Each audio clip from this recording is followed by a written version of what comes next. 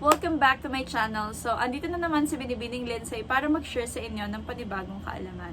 So, for today's video, yan. So, lalayo muna ako sa mga teachers, no, or sa ating mga professors. Mag-focus naman ako sa mga estudyante, yan. So, marami naman sa inyo talaga yung nanghihingi ng mga content tungkol naman sa mga study tips, no, para sa ating mga estudyante. So, for today's video ay magbibigay ako sa inyo ng ilan sa mga tips paano ba ma-survive ang college life. Yan. So, alam naman nating very critical ang college life. Diyan nakasalalay ang ating mga buhay-buhay, no? Kaya tara, isa-isay natin yung ilan sa mga tips paano ma-survive ang college life.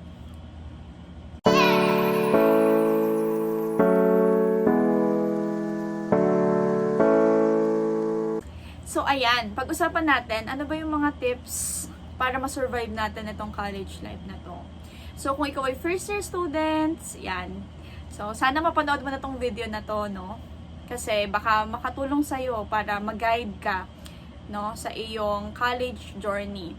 And of course, kung ikaw ay third year, second year, or fourth year na nag-i-struggle ngayon, no, baka naman may ma-share ako sa inyo kahit papano or makatulong to kahit papano sa inyo, no, na magpatuloy at patuloy na lumaban.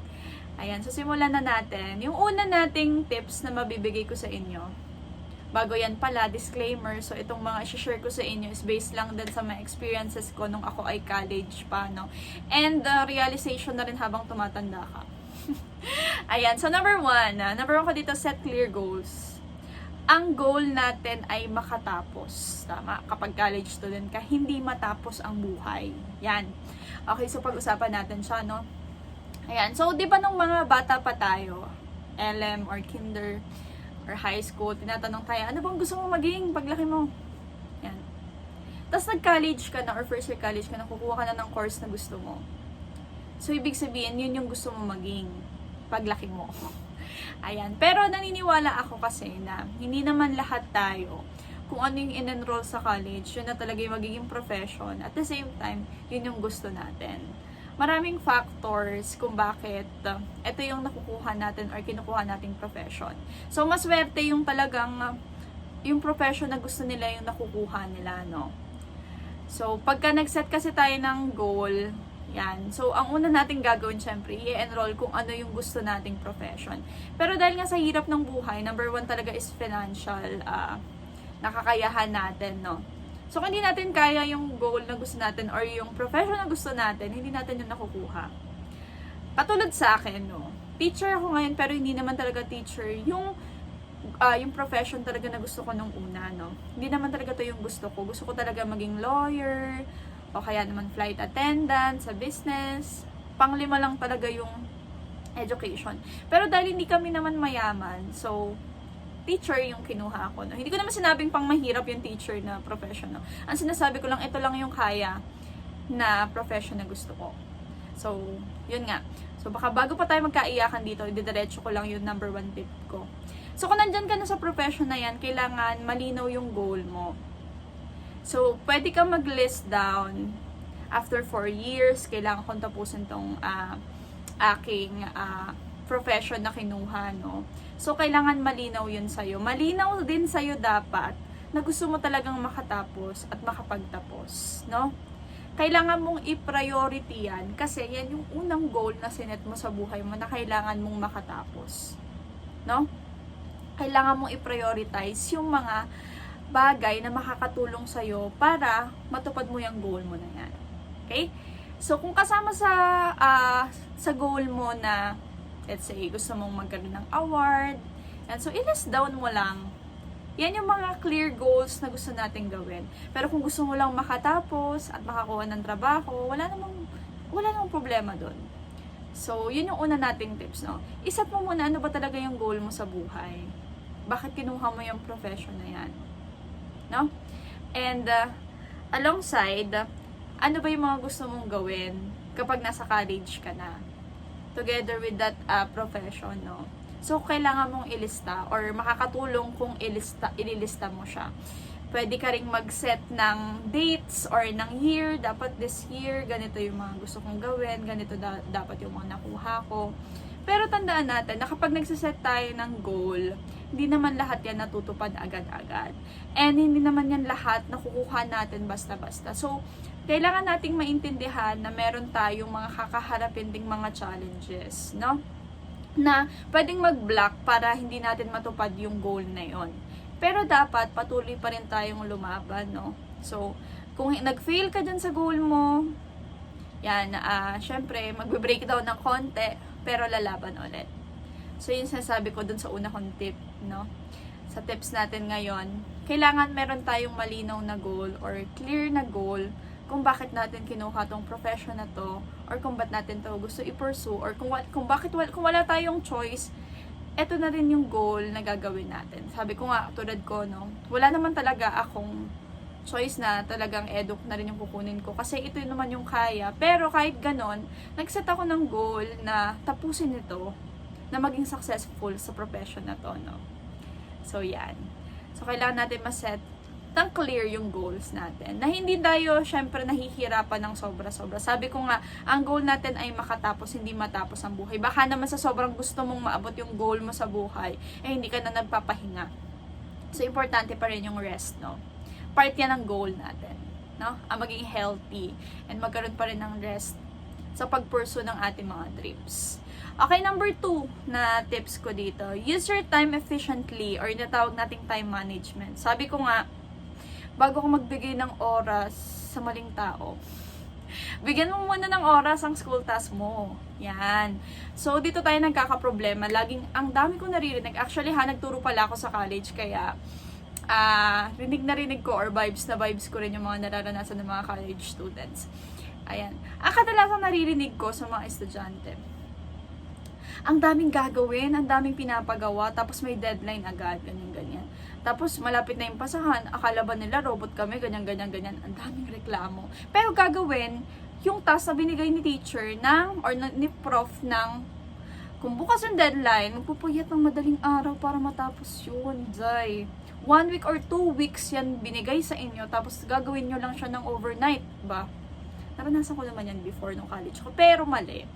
Okay?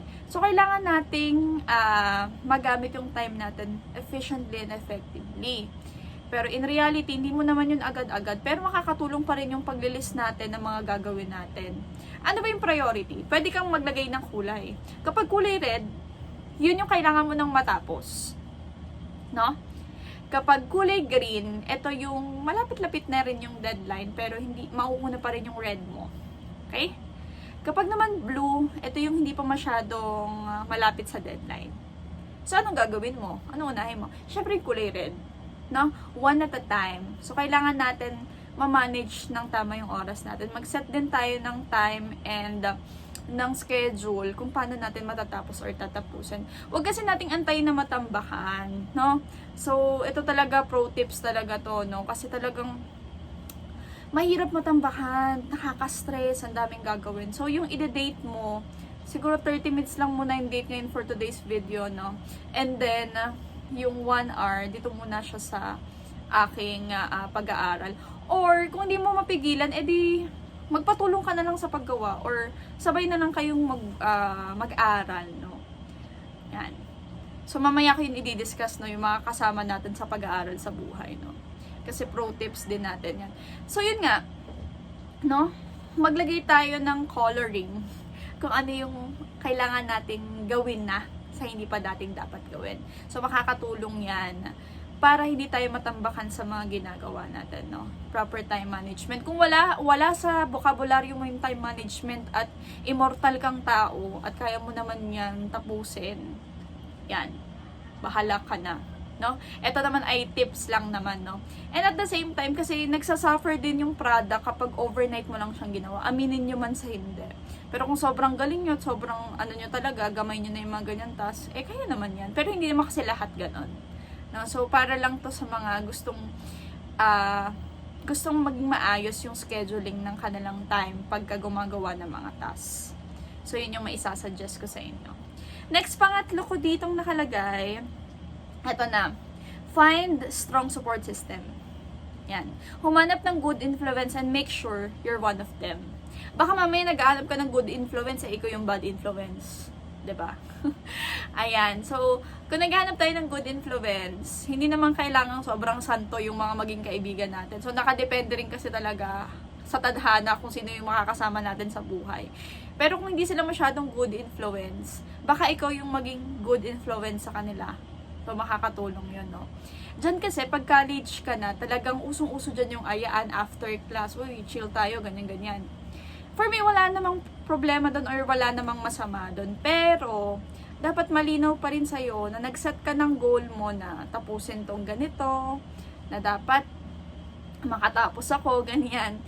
Kung nakikita mo namang may mali doon sa mga circle mo, or hindi sila nag-aaral, or nagpapabaya sila, gusto lang nila mag-chill-chill, may utak ka naman para mag-isip, no? So, totoo kasi na tayo naman yung pumipili ng magiging kaibigan natin.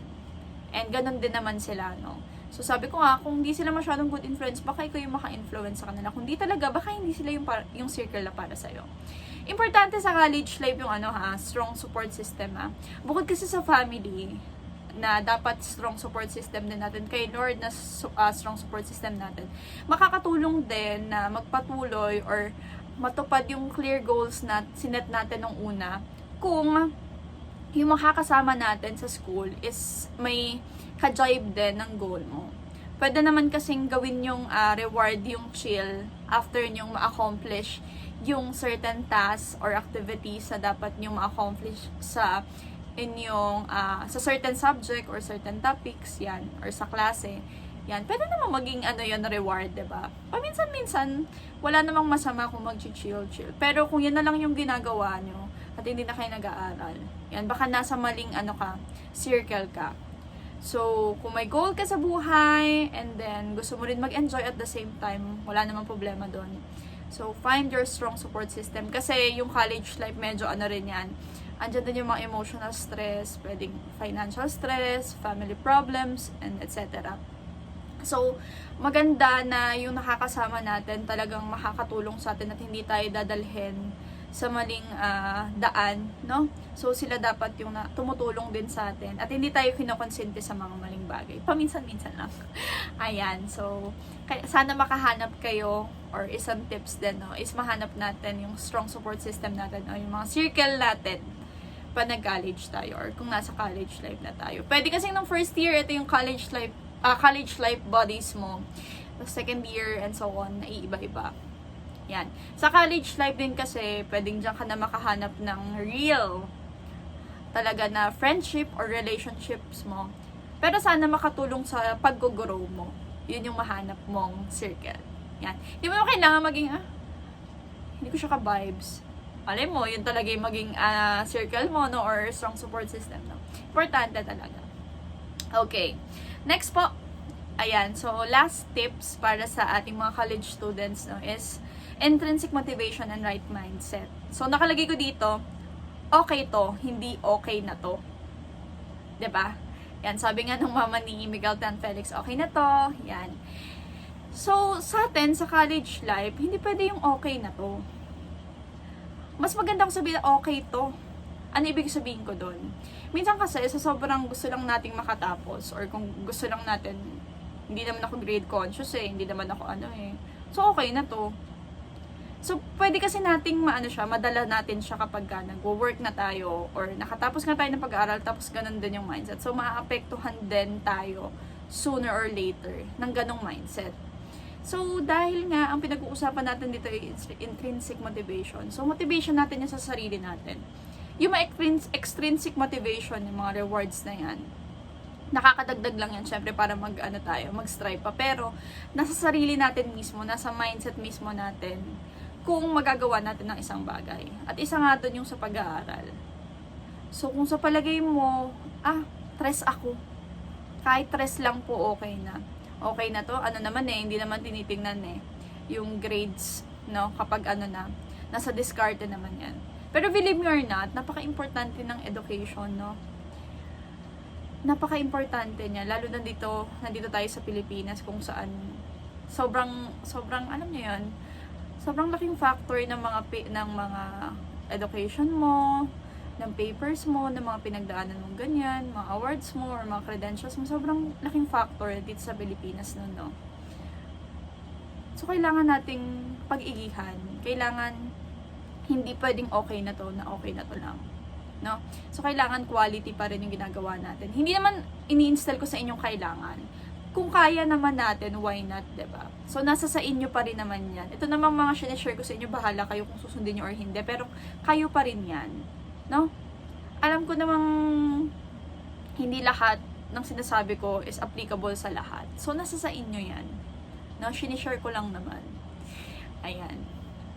So, yung sasabihin mo, okay na to. Okay to. Ibig sabihin, okay tong ginagawa mo. Okay tong mga ipinapasa mo. Okay tong ginagawa mo sa buhay. Okay tong pag-aaral mo. Hindi yung okay na to. Yan. Ayan. So, sana po itong mga shinare ko sa inyong mga college students, of course, makatulong no, or makakatulong sa inyo. No? Ulitin ko nga, kayo naman yung gumagawa ng buhay nyo. Tayo yung pumipili ng buhay natin, hindi yung ibang tao. So, tayo pa rin yung makakatulong sa sarili natin. Bukod dun sa mga taong nasa paligid natin. And of course, bukod kay Lord, na hinihingian natin ng guidance. Ayun lang, sana po ay may na-share ako sa inyo. Sa mga susunod nating video, mag-share naman ako ng mga study hacks. So, ano mga applications yung pwede nyong gamitin para mapadali ang inyong pag-aaral. Yun lang naman, maraming salamat sa inyong pakikinig.